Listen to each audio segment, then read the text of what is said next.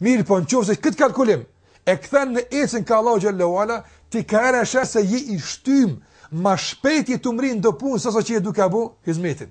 Mirë po. Kjo shtyrje, sikurse e ka thënë Ibn Qayyim rahimullah, kjo shtyrje nuk është gjendja jote reale. Apo, por është përkraje nga Allahu xhallahu ala, të cilën nëse e shfrytëzon ta shndron në stacion real. Por nëse nuk e shfrytëzon, atëherë të zhvendos nga rruga aftën. Prandaj, sikurse ka thënë Ibn Qayyim rahimullah, kjo gjendje e caktuar që njëri e përjeton. Për shembull, e përjeton khushuin ose e përjeton dashurinë ndaj Allahu xhallahu ala. Këto janë përjetime të caktuara ato. Po nëse nuk janë stabile, jep me kuptues se nuk është atë kjo menzile. Nuk është kjo pozitë më jote. Nuk është kjo stacioni jote. S'kem rriti këtu, jo, nuk kem rri.